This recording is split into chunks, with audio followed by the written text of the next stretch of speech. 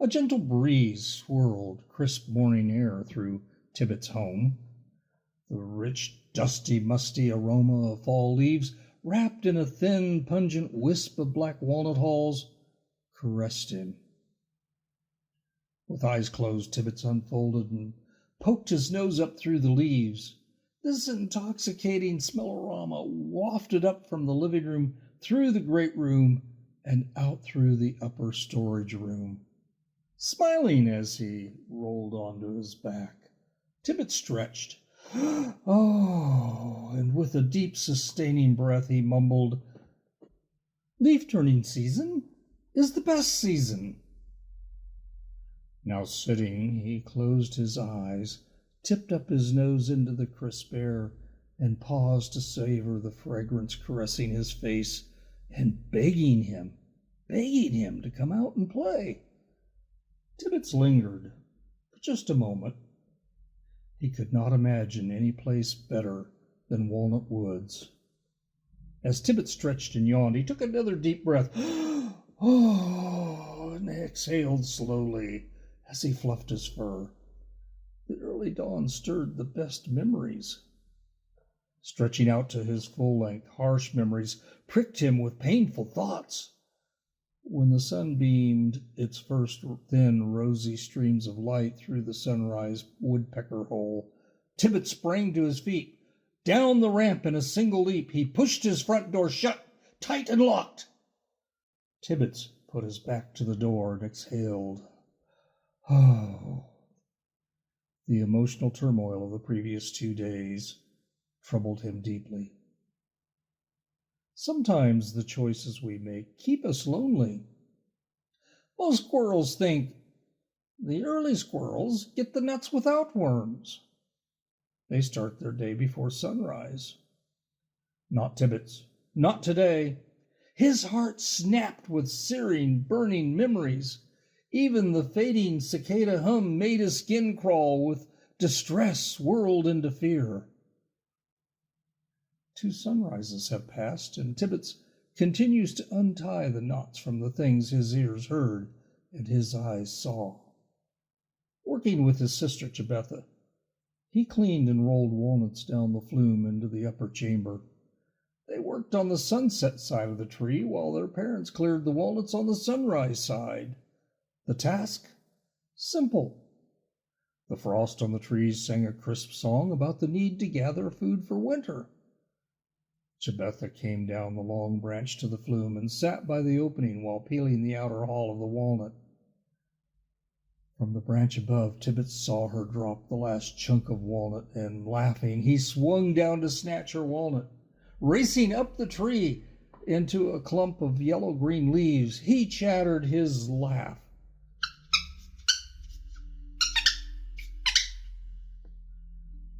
She didn't give him his due. He was up for a winding chase around the tree. When he looked down, Chebetha fell from the branch. She hit the ground hard and fast. With eyes open wide, Tibbets pinned himself to the branch when a frightening and unknown sharp pop ripped through the morning air. His parents dove back into their nest with a sharp cry. "Hide, Tibbets!" The large, tangled branches provided a small window, and Tibbets saw red. A spotted dog pounced on Chebetha, and with his head high and his tail wagging, he took her limp body to a man who put her in a bulging pouch. A piece of bark burst from the branch by Tibbets' hind feet. Another sharp pop rang out as Tibbets jumped to the tree trunk. Racing to join his parents, the hair on his tail pulled as another chunk of bark burst into the air. The hard and painful lesson about life as a squirrel poured out of his parents' mouths. Eyebrows tightened and lips closed as he shook his head in anger. Hunters and their dogs brought an end to his precious sister Chebetha. Knowing she will be a feast on the hunter's table and never again seen, drove bitterness into the heart and the deep, dark corners of Tibbets' mind. With anger oozing out of his chatter, Tibbets' parents decided to pour some light into his heart. Maybe the joy of racing high in the treetops will ease the burden of things which happened after the last sunrise. They tried to turn the treetops into a game of tag, thinking an outing to the Walnut Creek leaf-turning fair will surely bring a smile to Tibbits' grief-struck face. But Tibbits was sad. Advertisements in the Walnut Woods News offered several products which might interest a red squirrel. The ads presented an alternative to leaf bedding and promised to eliminate shivering through the harsh cold of winter. A variety of products offered tasty alternatives to chewing walnut shells to obtain dinner. While intrigued by the products they offered, the advertisements left lingering questions. His parents wondered why the store clerk only accepted premium black walnuts in payment for Nutella. Is a product billed as a tasty, nutritious replacement for the walnut as good as the premium walnuts they require in payment? A few weeks earlier, they traded 50 extra fine black walnuts for the wide stuffed chair in their great room, big enough for two squirrels to sit comfortably nestled in the blue cushions. It proved to be a good use of the walnuts.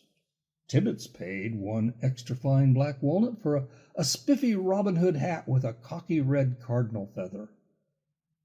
Today they filled their backpacks with premium black walnuts. The blue chair turned out so well they decided to trade for an insulated bed liner. They hoped putting the new bed down and filling it with fresh leaves would not only make their new winter nest warm, but also make it feel more like home with a soothing ambiance of leaves. The deal seemed wonderful. They soon discovered they walked into a trap. Fortunately, his parents asked Tibbits to wait outside the storage room of the merchant while they handed out the bed liner. When they walked through the door, it snapped shut. The suspicious behavior of the gray squirrel running the shop poured out the truth as he pointed and roared with laughter. Ha ha! With his squeaky, squirrel voice, he shouted, "You foolish red squirrels! You will bring a pretty price for my master at the farmer's market." Tibbits did everything he could to free his parents, but his teeth could not chew through the hard steel wire. Sorrow poured out of Tibbits' eyes as he watched the gray squirrel and his helpers wheel his parents down the creek trail. Broken-hearted, he went up into the high branches and went home. He threw his exhausted body down in the family nest and moaned. Darkness closed in on Tibbits, and he felt lonely. So lonely his fur stood up while chills ran down his back with every creak and groan of the wind swirling through the branches. His tail went limp in the middle with pain.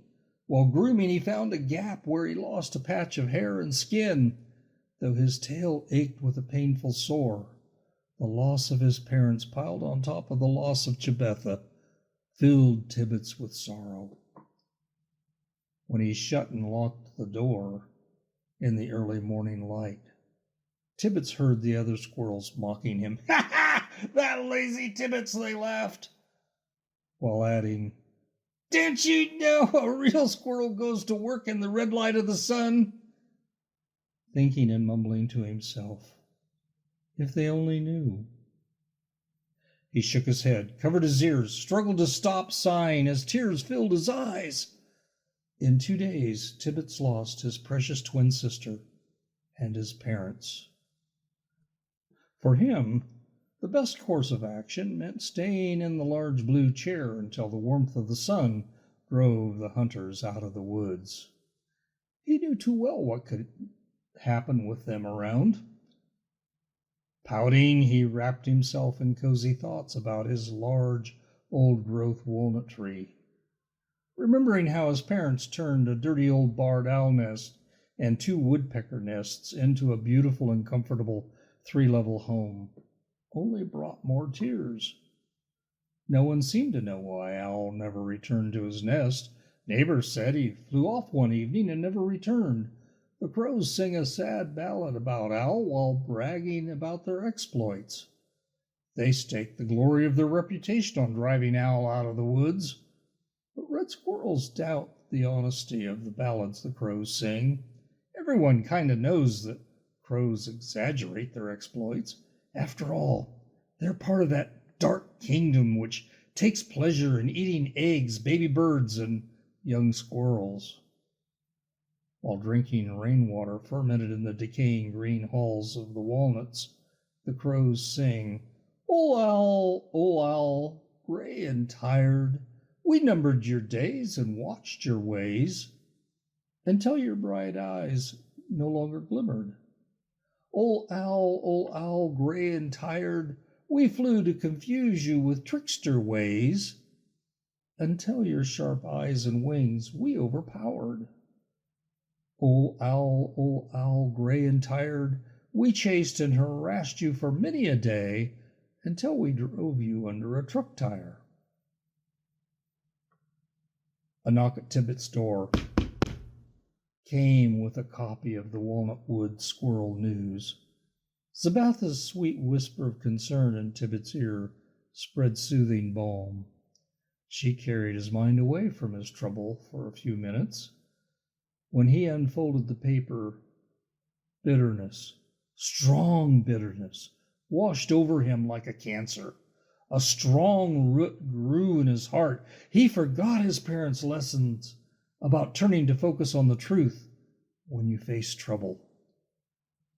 The sour sprout, which grew in his heart, grew strong. He forgot his parents' lessons, and he forgot how to control his thoughts and his mind. The front page of the Walnut Wood Squirrel News caused his anger to explode. Walnut shells flung fast and hard with force as he read a story in the Squirrel News. The Walnut Woods Winter Reserve of walnuts had disappeared. Bitterness wrapped itself around his heart and took over. Facial features became hard, and Tibbits' eyes narrowed with spite. This story pushed him beyond his ability to cope with his losses. One of the elders saw a young band of oakwood squirrels sneaking away with the Walnut Hill Winter Reserve of walnuts. This evil deed left the walnut woods without the reserve of food supply needed for a hard winter, and bitterness exploded into sickening darkness. Tibbits had to do something about this. He had to pay back the Oakwood squirrels for this terrible crime. Pulling on his backpack, Tibbits popped on his spiffy red Robin Hood hat with a cocky red cardinal feather and headed out the South Breeze woodpecker hole. Fast on foot, he ran to the top of the tree, hopped from tree to tree, sprang across branches with joy, first north, then east, toward Oak Woods. High in the branches, he used shadows to make his way into the dense timber, undetected by others. It seemed deserted. Not the sound of a bird or squirrel could be heard. Tibbits listened, and he watched. When he saw his way clear, he chortled his victory in a long trill of his name.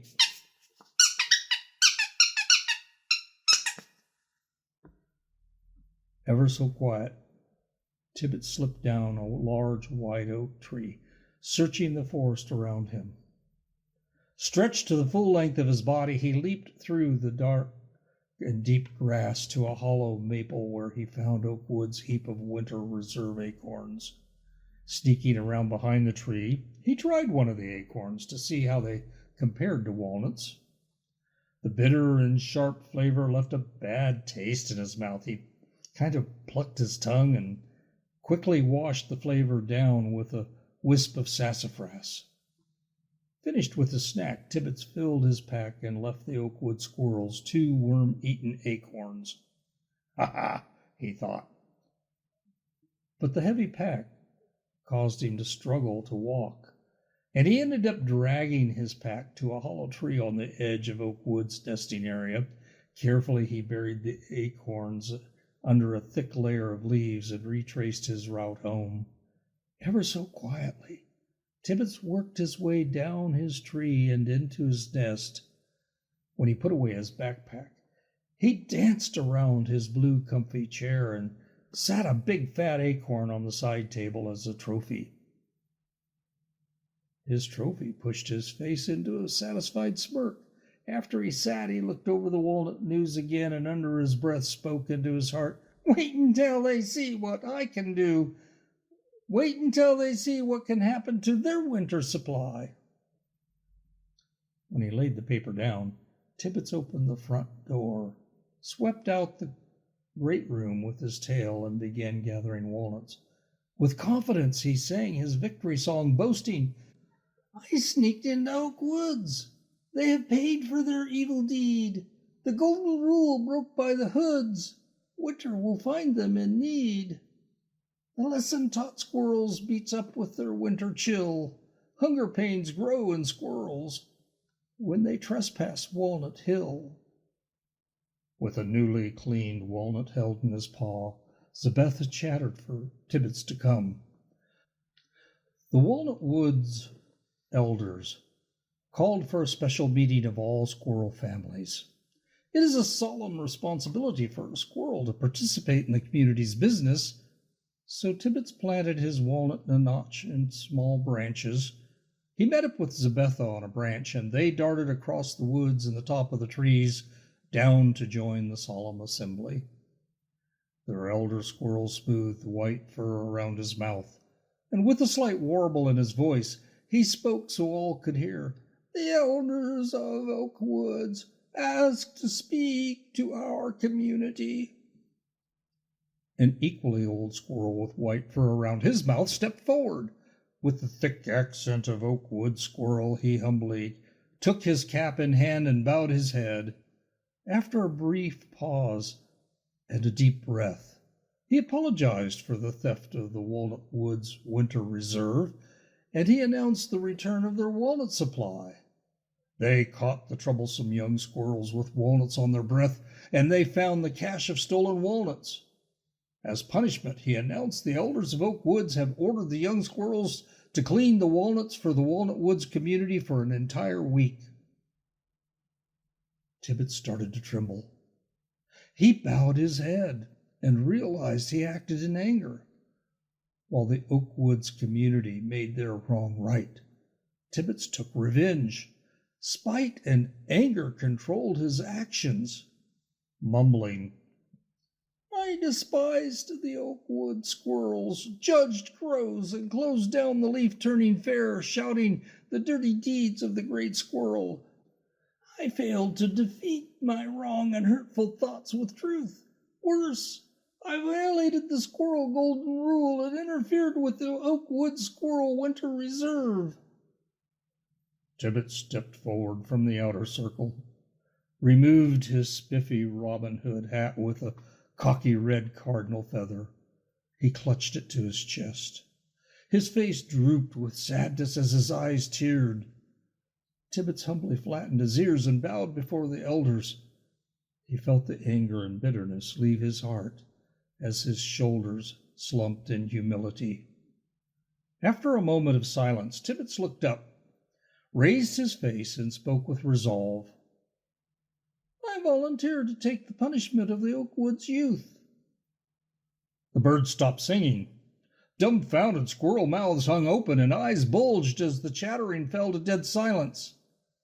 In this moment, Tibbets remembered his parents' words. "The things we say cannot be unsaid, and the things we do cannot be undone. Oh, be careful, little squirrel, what you do."